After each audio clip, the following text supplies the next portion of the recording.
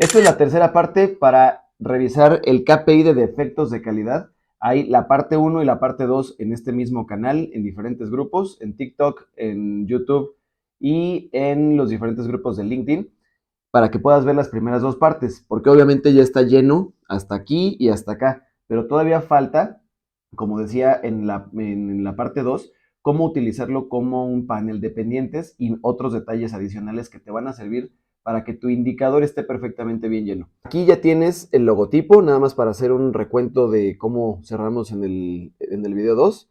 Ya tienes el nombre, que es defectos de calidad, ya tienes la unidad de medida, que es número de defectos de calidad. Este de aquí es el símbolo de número. Me quedó un poco mal hecho, pero ese es el símbolo de número. Número de defectos de calidad. Ojo, esta parte y estas son diferentes. Este es el nombre del indicador y este de parte de aquí va a contener la unidad de medida con el que vas a medir tu indicador. Entonces ya tienes el plan, que es lo mismo que el objetivo, y tu objetivo es llegar a cero o mantener a cero tus defectos de calidad.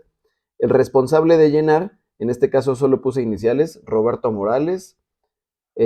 Aquí vale la pena recordarte que el responsable de llenar, si es un KPI de procesos, que eso lo voy a explicar en otro video, si es un KPI de procesos, el responsable de llenar es el mismo que es el responsable de mantener el objetivo de este indicador.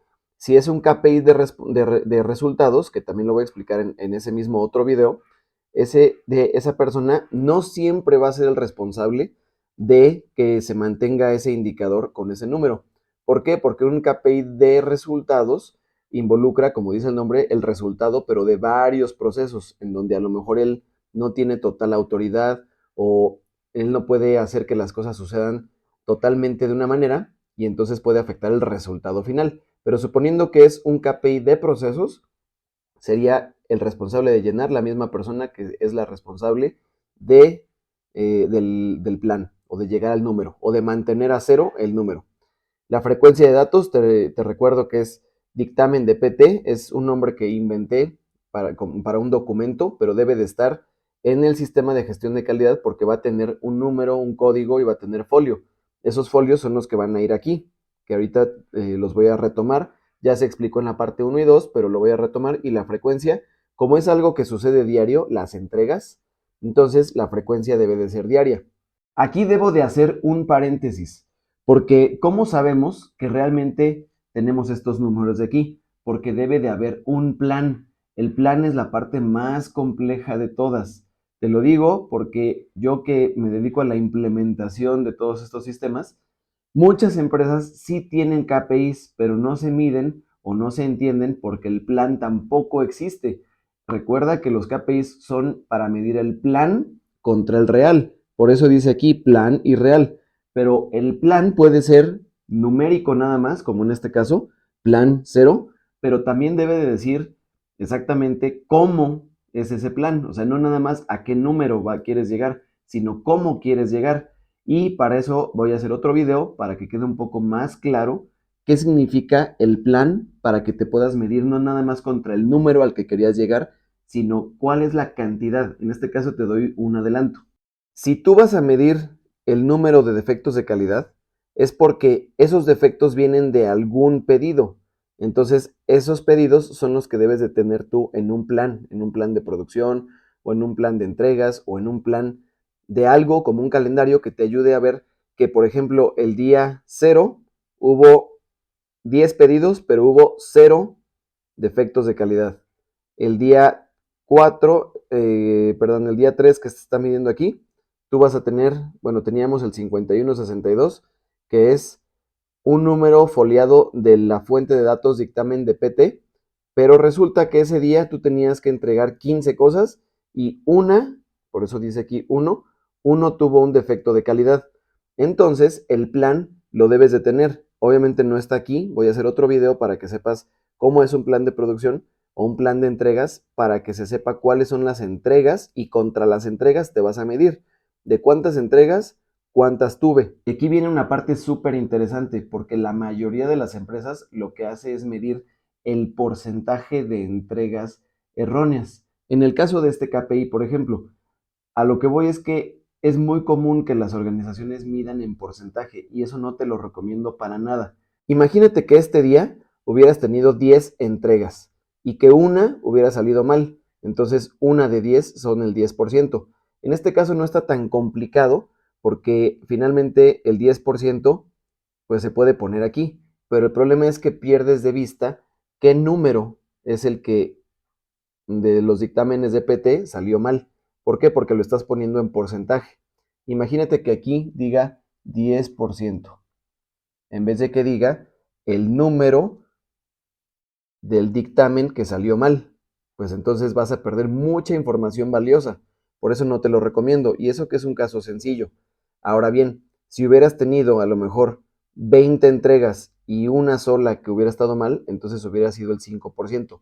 A lo que voy es que no te sirve de nada saber si es el 1, el 7, el 20, el 30%. Lo que te sirve saber es el evento que tuvo la desviación, eso sí te lo recomiendo mucho, porque por evento sí vas a poder saber por qué salió mal ese evento, es decir, ese número de defecto de calidad, o si tuviste dos, los vas a poder ver de manera independiente para actuar sobre de cada uno de ellos. Si tú tienes ese nivel de información, vas a poder detonar un análisis de causa raíz para cada uno de estos números y así detonar el círculo PDCA o el proceso de mejora continua, que es analizar o checar el plan contra el real para que puedas encontrar la causa raíz e implementar una acción correctiva.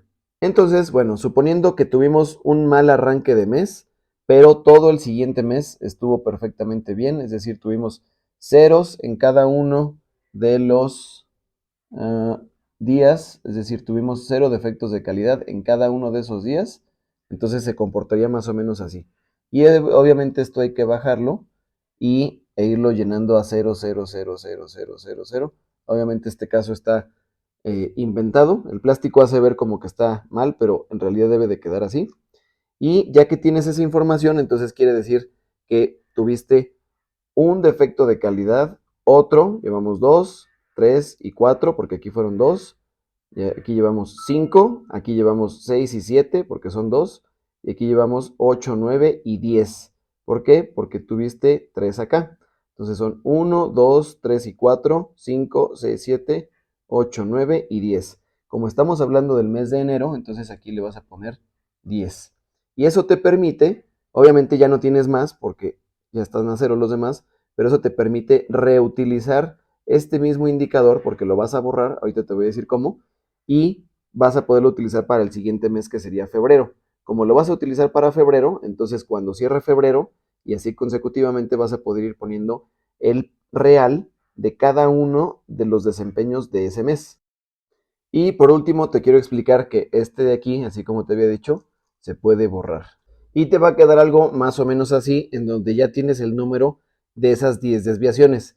Obviamente esas 10 desviaciones, aquí es donde se convierte en un panel de pendientes, las tienes que cerrar. ¿Pero qué significa cerrarlas? Como habíamos comentado en los videos pasados, cerrar una desviación de acá tiene mucho que ver con la naturaleza de la desviación. Si por ejemplo es un pedido no entregado, entonces se tiene que cerrar hasta que se entregue. En este caso no es un pedido no entregado, es un defecto de calidad. ¿Hasta cuándo se considera que está cerrado? Cada empresa tiene alguna forma de interpretar hasta cuándo está cerrado, pero yo te diría que algo está cerrado, un defecto de calidad está cerrado hasta que ya se inició y se implementó la acción correctiva. Es decir, que al cliente ya se actuó de manera inmediata y ya se le corrigió el defecto de calidad y ya se le entregó, ya se saneó por alguna manera. Pero ahí no se termina hasta que se implementa también la acción correctiva de por qué salió algo mal acá.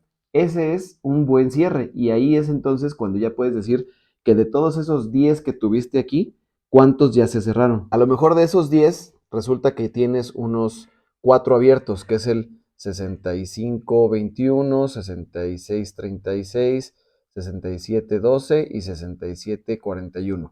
Espera la parte 4 y visita www.lean-six-sigma-simulador.com.